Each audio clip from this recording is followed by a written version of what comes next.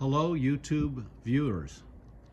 I wanted to take several minutes here to introduce you to a project that many of you have encouraged me to build this, in that I've watched your videos and I think each one of us needs to build the project that fits us, but I think this project fits myself and my family.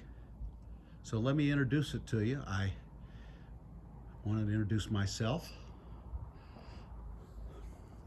Hello, I'm Pastor Jim, and I've been working on this 7-foot by 16-foot by 7-foot tall trailer, utility trailer, now for almost a year.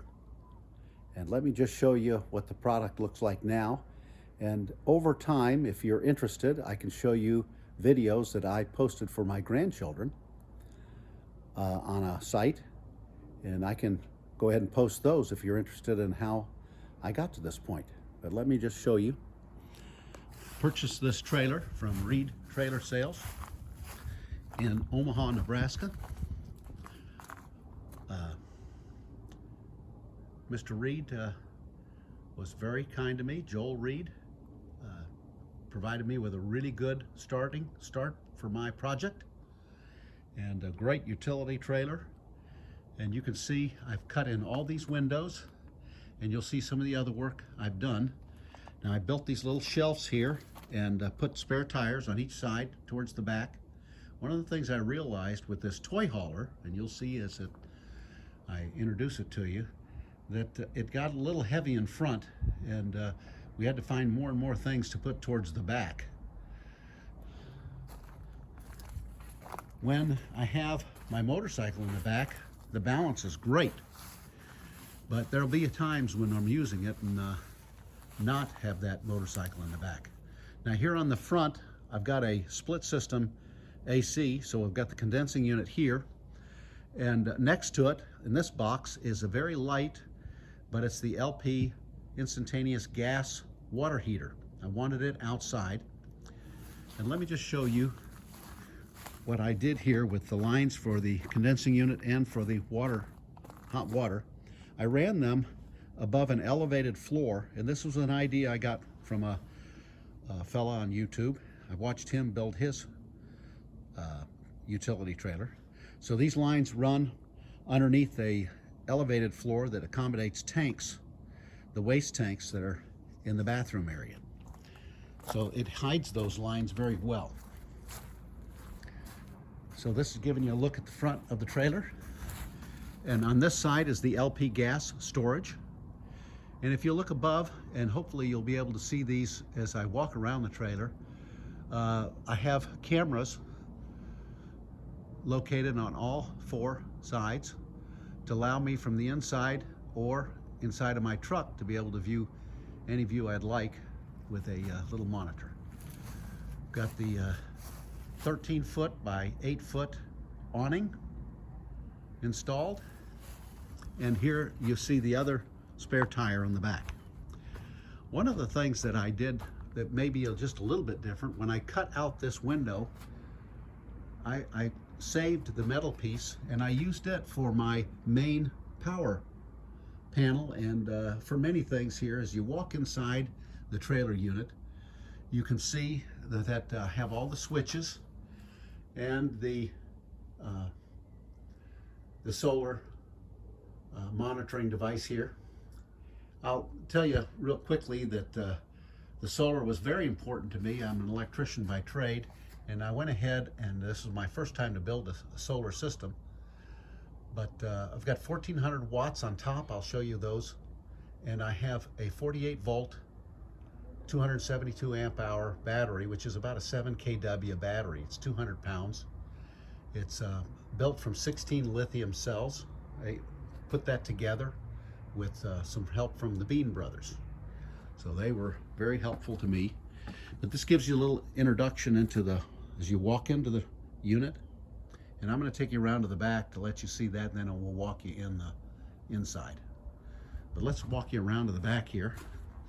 It is a toy hauler, so it's got one of these big doors. that lets you put the motorcycle or whatever toys you have up inside. And this is a bed that will go straight up with this winch.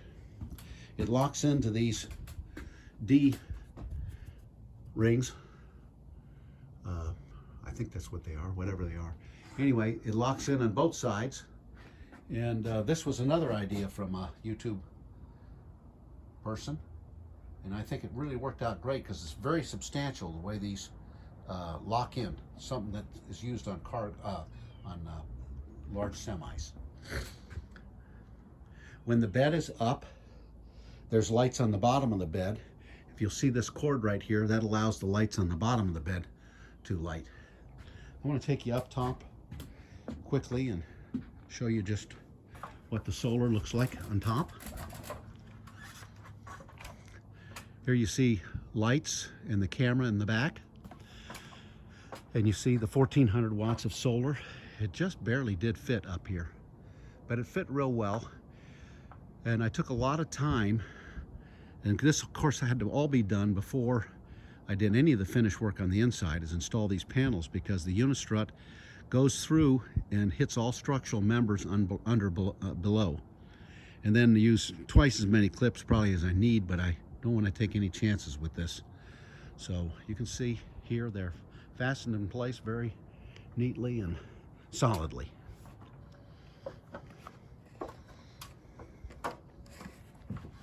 So I'm going to take you around to the other side now. First of all, just show you from here. Here's the kitchen sink. You can see the fridge and the microwave, and this is the power panel, both 120 volt and 12 volt power panel. So let's go in that front door now.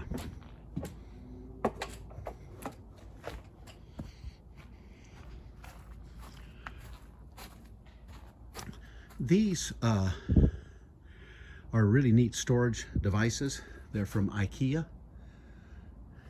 My daughter uses them in New York City, where space is a premium. I went ahead with some of my ideas have to do with boating.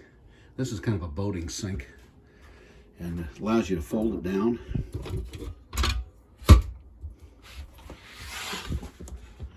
And then have much larger sink space. This lets you see it from the other side. From the inside, here's the microwave. A little better look at the power panel here. Had a really good day, pulled in a lot of current. One time I was pulling in about 15 amps, 16 amps. This is the head unit for the split system air conditioner. I went ahead and mounted some lights on the bottom of it. Maybe I need to turn those off so you can see it a little bit better. But those are kind of handy over the kitchen sink. Now we're going to walk into the bathroom. And the bathroom is something that took me a lot of time. I use this FRP board. It's a little hard to see, but this right here is formed to the V-nose. Maybe if I get back a little bit, you'll be able to see it better. But it's kind of hard to see with this white, maybe with the floor. But here's the necessary, here's the toilet here. I just have gray water. I don't use any black water in this unit. And then here's more of these IKEA, they call them Trones, but they're a handy storage device. Also incorporated in the bathroom, a fan, exhaust fan. You can see I don't have up the curtains for the shower and for the entry to the bathroom, simply because I wanted for the viewing, for you viewing it, to be able to see it. But it's a full-size shower, quite nice. So this has taken me quite a lot of time. It's been a part-time job for me, something I've enjoyed doing in my backyard. And like I said, many of you inspired me to come up with good ideas. Some of the things I changed a little bit. I'm not a great carpenter, so instead of having a bunch of drawers, I just went ahead with these rolling doors here, like this, and I'll use the plastic bins. This gives you a little look inside. You can see I've got a few more switches in here. Here's the tank heaters. The heaters are up underneath the floor, and everything's very well insulated. And I also wired in the trailer lights so that even when it's not hooked up to the truck, I can have the trailer lights on. They kind of look neat. Got a little light in here that helps me with all of my utility type space. Here's that Growatt device, which is what I've used for the solar. It's a 3,000 watt, 48 volt system. And I'm going to turn on those trailer lights. We've got the lights, the lighting outside should be able to let you see how that looks with those little trailer lights. It's kind of fun to see those.